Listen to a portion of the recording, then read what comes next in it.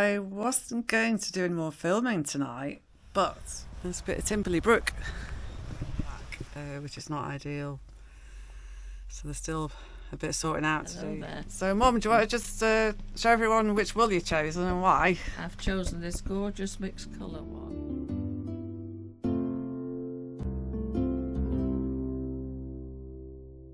Okay, so we're going to have a little bit of a different vlog this time. Sandra has done quite a bit of footage when she was at home. Well, she is at home as I'm doing this. So it's a bit of a ramblings of the campsite warden's wife. So she's going for a walk. She picks up my Corando. Those that know will know the story behind a certain car, and she visits a wool shop in Wainfleet while she was on a bit of a break over here in Lincolnshire, and a few other bits and bobs. And also Paul, our mower man, as I like to call him, he came last night or late yesterday afternoon, and we've got the Husqvarna mower back. It lives for another day. I think it's had 3 reincarnations since last season. There is also, you may have noticed, a join button on this channel now. It's been there for several weeks. You probably haven't noticed it. Don't worry, you don't need to join this channel. This channel is free, and there is a vlog every single day for you. Absolutely every single day. But the little member area, I am giving some more up to date. So all these vlogs, as you know, as you're watching them, they were probably recorded 4 or 5 days ago. So if you want to be a little bit more up to date where we are with certain things, I am putting a little bit of content, not a lot. It tends to be just some pictures and a few words of where we are. So as I say, no obligation to join or anything like that, but there is that facility there if you wanted it. Right, without further ado, let's go and say hello to Paul the mower man, and here's Sandra having a bit of a campsite warden's wife rambling for a wee while. If you're a new viewer here, a new watcher, a new subscriber, big thumbs up. Thanks ever so much. Here we go. Mower man's here. So this is when I got back last night. It turned out it was the starter mode that was stuck. So those of a certain age, if you had a very old car and your starter motor went click, click, click, you used to crack it with a hammer to free it. Yeah? What was the thing called that went in and out? There was, not the disgorger. There was a name for that. Anyway, that was what the problem was, not a safety switch. And also, on top of that, a pulley had come off. A cable had come off one of the pulleys, a drive belt. Anyway, that's done. So currently, I've got my mower man up there. Oh, he's off. I've got my mower man giving the mower a bit of a run for its money, but it's very wet where he is. This guy's a genius, Paul. Yeah, he is an absolute genius, and he just comes in, cracks on, and yeah, fingers crossed, the Husqvarna will be living for another day. Not really get a good swing on it.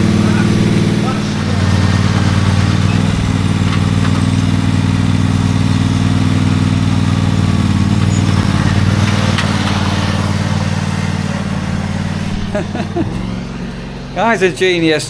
So if you don't know what was going on then, there's a chute that catches the grass cuttings as the bottom blade spins, and you can get a mulcher what goes down that chute basically to stop the grass coming up. It mulches the grass, and then the chute basically, so it's not got the grass box on it in a minute, comes up here. Anyway, I've always had trouble getting that chute into place, and Paul's coming with a hammer and a bit of wood and a bit of tweaking.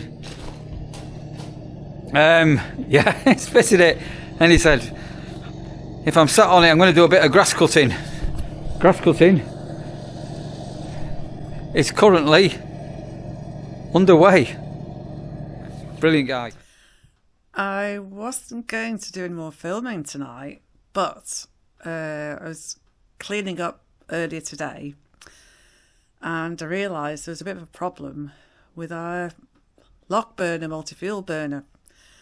So it's rectified now. So basically what had happened, well, you can see, but the there's a layer of cement which goes around where the flue pipe goes into the actual log burner, and it had become brittle. And I was cleaning and I realised there were loose bits and they were coming out. I thought, that's not good. So anyway, so I got all the loose stuff out, got some fresh high temperature fire cement, and I've redone it. And then you have to keep it at around 100 degrees, it said, for about 4 hours. So if you can see there, but on the dial, just around 400 degrees. No, sorry, not 400 degrees, 100 degrees, 100 degrees, sorry. And anyway, so it's doing its job, but so I'm doing just really small little fires just so it doesn't get too hot. But honestly, the burn is just so much better. There must have been, I think, quite a lot of air escaping in through the rim. So I'm quite chuffed that I figured out what the issue was, because I felt like it wasn't burning as efficiently as it used to. But I wish I'd realised sooner. But anyway, I'll get a couple of weeks of benefit from it. But at least we know if we ever face that situation again, what it can be. Anyway, but yeah, you can see it's got a lovely hot burn on there, nice clean burn, and then more. Well, I thought, yeah, so I've actually dampened it down because it was getting too hot. So yeah, happy days. I'm quite pleased about that. Well, so progress of sorts. So I've got another carload of stuff ready to go to the tip. I've been sorting out broadly heavier boxes on that side, lighter stuff on that side, and the stuff still out in the back I'm not quite sure what to do with yet. So I'm having a breather. So my back's a bit achy anyway. I don't want to overdo things and hurt my back, so I'm going slowly. But yeah, so sort of progress. I'm going to do a tip run next, and then hopefully my friend's going to come over and give me a bit of a hand this afternoon. I'm going to make a start on the kitchen. It will be fine, we hope. Yeah, so the on the outside, the lock store that we had, one of the neighbours has had it, so that went today as well. So and she's also suggested that the unit that didn't go so far, there's a local charity that does take some furniture, so I'll try and give them a ring during the week and see if they can take that. Anyway, better press on. Much to do. Good afternoon.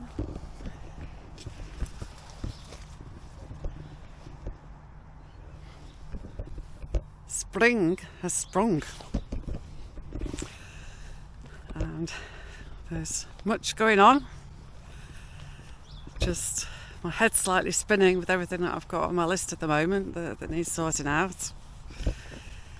Anyway, at least I'm not at work today, which is probably just as well because it's bedlam. So I've managed to find a charity shop that will probably take the last couple of bits of big furniture, so fingers crossed I can go next week. Yeah, so sorting out some admin things at home this morning, making arrangements for our trip tomorrow to sunny Lincolnshire, which we're very excited about, and we'll share a bit of that journey. And Lee's coming too, and my mum, so that'll be lovely. And so at the moment this lovely country lane is right on the outskirts of where we live, and it's still farm fields on the other side, but sadly probably not for much longer. And then there's some allotments. Those are the allotments to my right. I got chucked off those many years ago when the kids were young and the dog was crazy, and I didn't manage to do enough weeding and digging quickly enough, so they chucked me off. I asked to go back on the waiting list, but they never did offer me another one. Anyway, one of these days. Yeah, so this would have been one of the original country lanes. You can see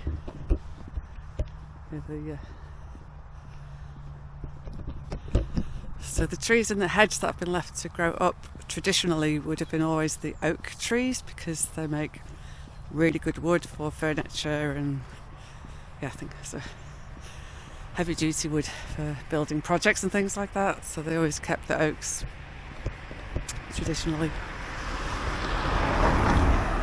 And then a bit further down there's still some of the original fruit trees like damsons and plums and things, because it was obviously a market garden area, so there would have been lots of the old fruit trees. There's an old pear tree up the top of our road, probably going right back from when food was still grown in the area.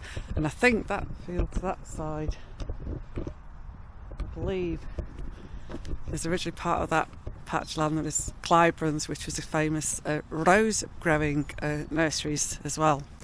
So on our road, apparently in earlier times, lots of the houses had really lovely rose bushes, because when the Clyburns wound up the business, people basically acquired some of the rose bushes.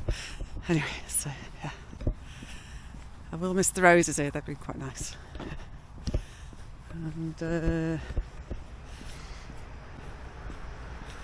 so there's still a couple of the old footpaths.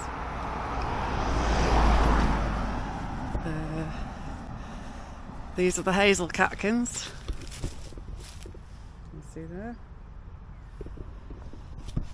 So I do like hazel trees, and it's nice to see these first signs of spring. A little gentle reminder to foragers out there: if you eat things like catkins, which are basically the flowers of the tree, you ain't going to get any nuts at the end of the nut season. This kind of thing. If you dig up all your bulbs of wild garlic, which by the way I'm pretty sure is illegal, there will be no wild garlic in the future. And if you pull up all the leaves, there'll be no wild garlic in the future. Anyway, hey ho. Oh, there's a bit of Timberley Brook.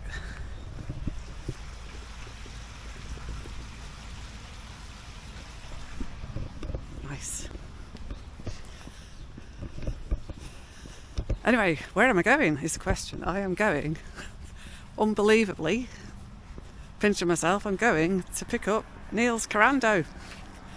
Finally, Neil's Carando's ready. Oh, the hawthorn's starting to break as well. That's my favourite time of year. Hawthorn leaves are a very good spring detox, by the way. Let's pick a few and nibble them or put them in tea or so. There you go. Right.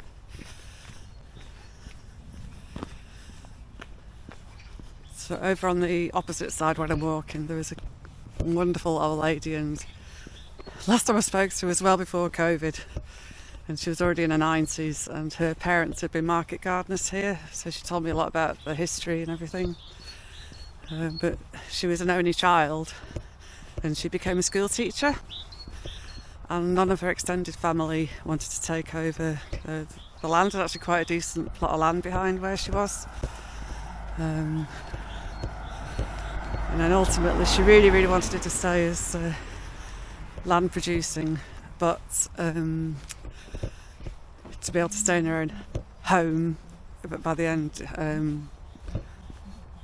it had to go to one of these companies where they do a deal where they pay for your care and stuff, but then you have to hand over the house at the end, so it's kind of a bit sad.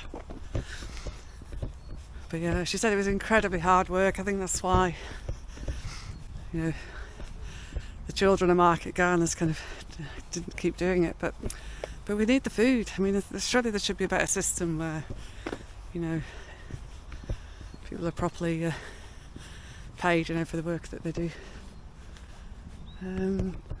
Yeah, this has got quite run down now, but that lane down that way in the distance, so there's lots of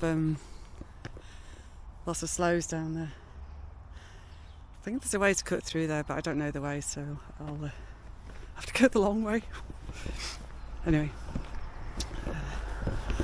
Right, that's enough waffle for now. I will catch up with you shortly. Well, just had to ask how I start this thing. I don't think I've actually driven this one. Anyway, so I'm in the Corando, and the nice garage one said, "Oh, how was I settling in?" I said, "Maybe ask me in the summer, but it's obviously chaos at the moment. My goodness, it's been such a long journey." Anyway, so I'm going to give it a bit of a longer run because it's been stood for a long time, and then I've got a bit more running around to do, and then so I haven't catch up with the family later this afternoon, and I'm going to finish get ready for our little trip. I'm going to try and squeeze in some packing. Obviously I wasn't well last week, so it's been really a struggle to do much beyond get myself to work on and back, which is not ideal. So there's still a bit of sorting out to do, ready for the following weekend, but obviously we're away this weekend. So I'll keep going, but it's just I was unfortunately getting a bit ill as well.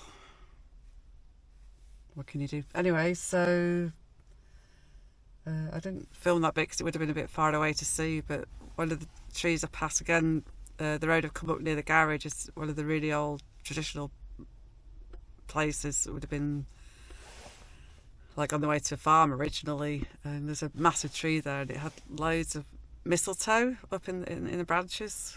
It looks really lovely, but it's quite high up, so I didn't try and film it because you wouldn't really have seen it. But so it's a good time of year to spot mistletoe, obviously before the trees come back out in leaf again.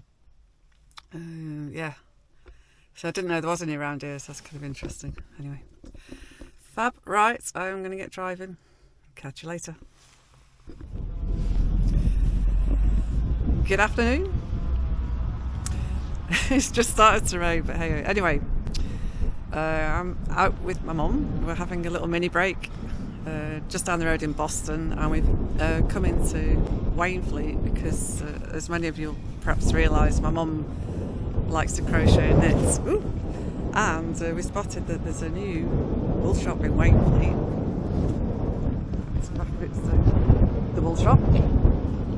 So, sorry, it's a bit windy, so I hope you can hear me okay. Anyway, so we're just having a little chat with a lovely lady inside, and my mum's chosen some wool for her next project, which we're quite excited about. Anyway, so I'm going to take you inside and we're going to have a chat with Mum and the lovely lady that owns the wool shop in Wainfleet.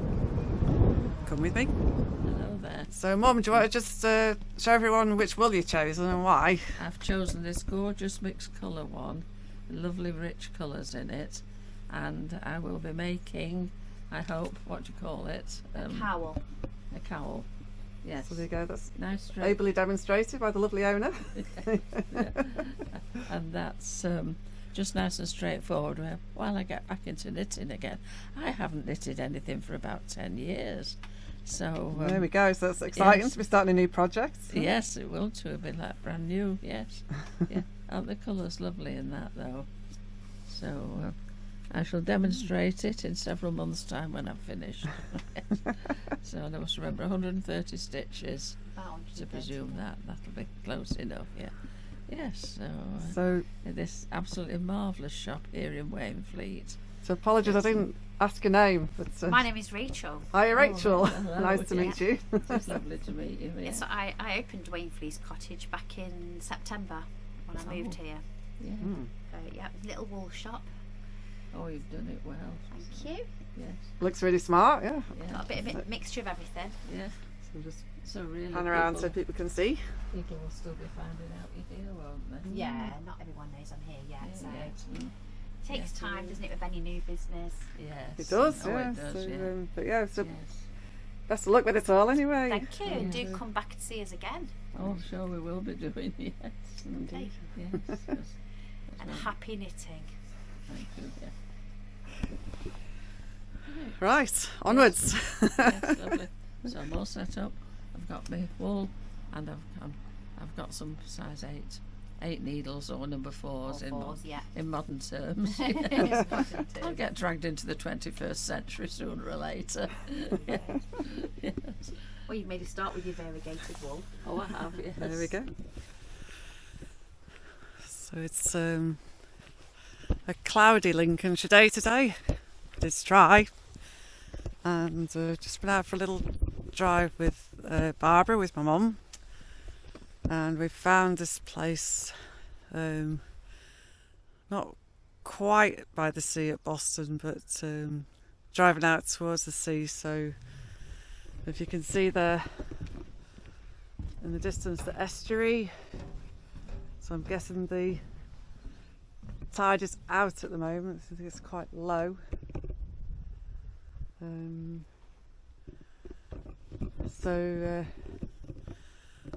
Mum's still in the car at the moment because I was just checking if it's wheel friendly or not. I can see, don't know whether it'll show on this, but I can see Boston Stump in the distance,